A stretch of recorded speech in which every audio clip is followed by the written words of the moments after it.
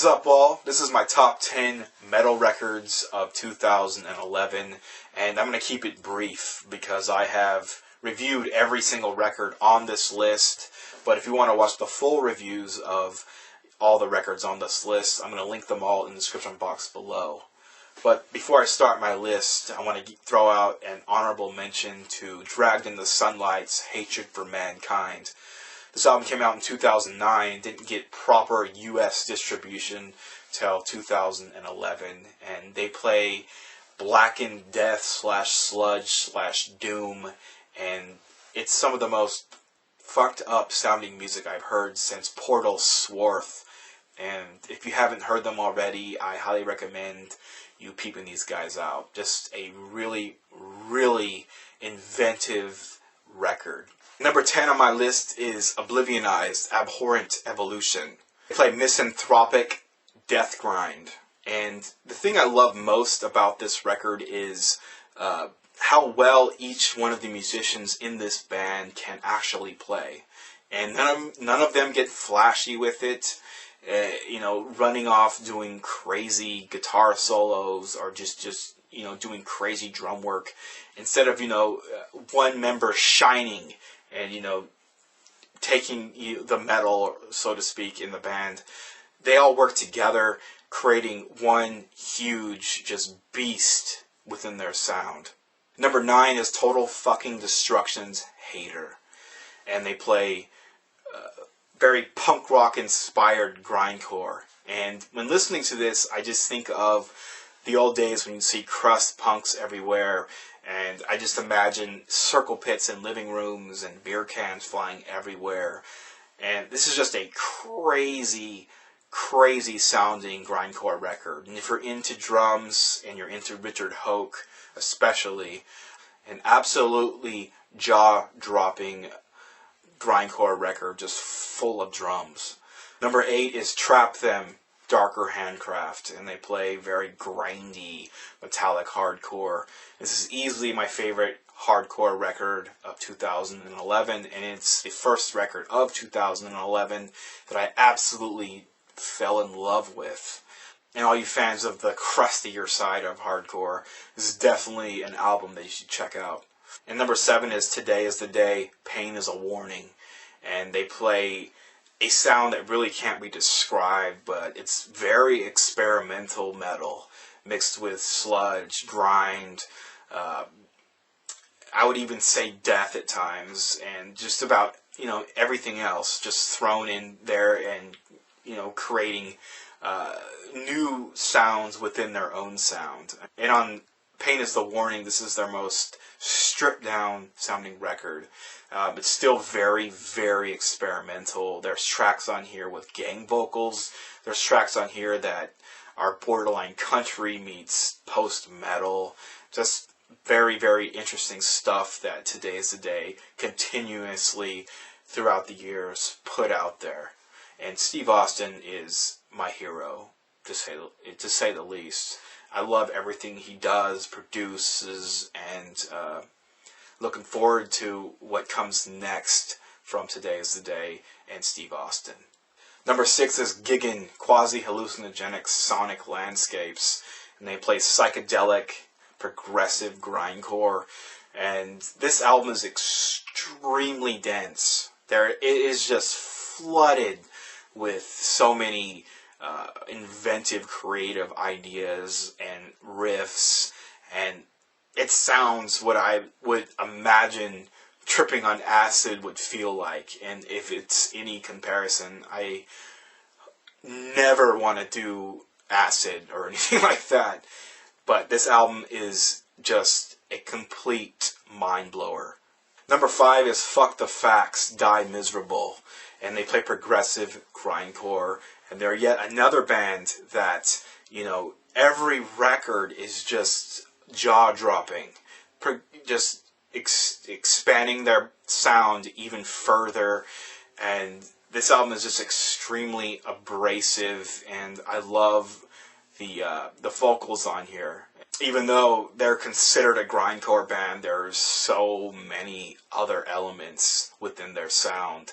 And if you like, experimental music like that, this is another record that should definitely be heard. Number 4 is Maruda, Forward into Regression. And they play technical, crusty grindcore. And I hope the rumors are not true that these guys have broken up.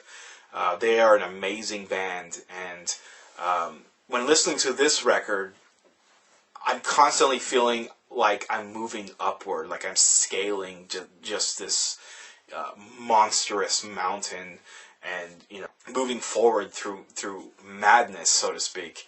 I highly recommend you guys listening to this record as well. Just a amazing grindcore, just an amazing progressive grindcore record. Number 3 is Tombs, Path of Totality. And they play a style that's very difficult to describe as well, but I'll give it my best shot. It's a very atmospheric, abrasive metal sound that they create. But the thing that holds them apart, they will continually get more and more abrasive, but they will coincide with a less abrasive sound. Just, extracting all these different emotions from the listener. And just an amazing band. And I would go as far to say this is their best record so far. Tombs, Path of Totality. Just buy it. Number 2 is Amebix, Sonic Mass. And Sonic Mass is a atmospheric crust punk meets metal record.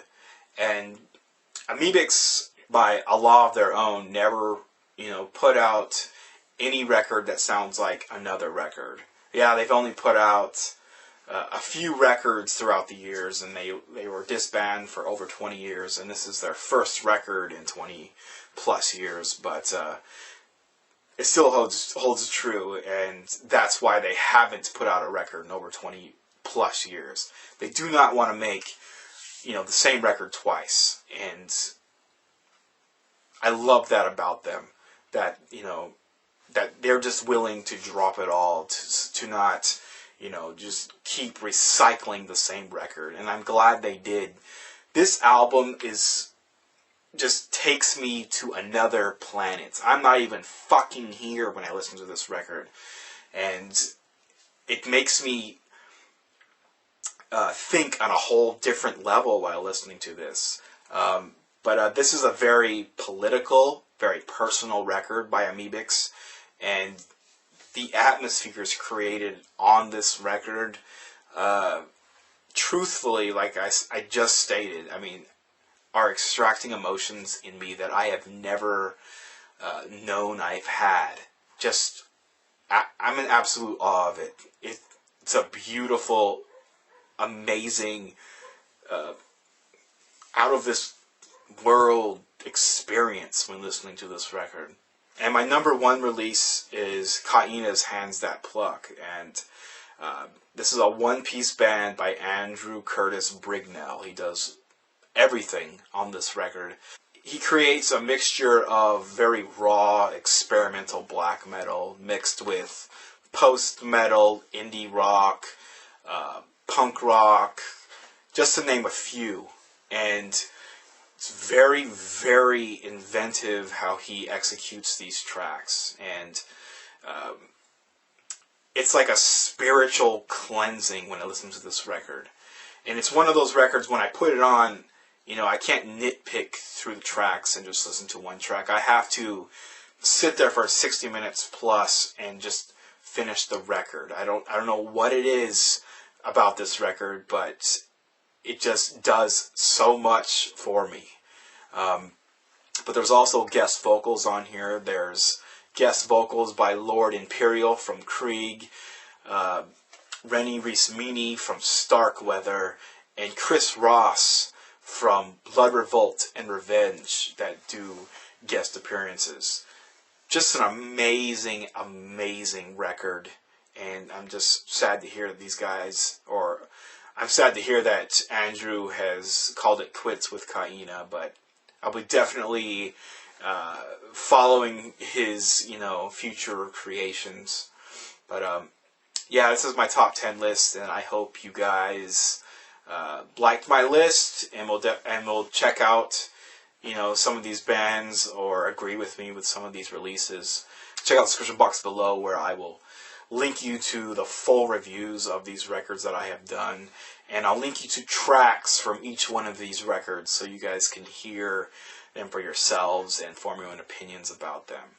But I'm very interested to hear what your top 10s are of 2011 as well. So feel free to leave comments in the description box below with your list, or even shoot a video as a response and, shoot off your 10 of 2011.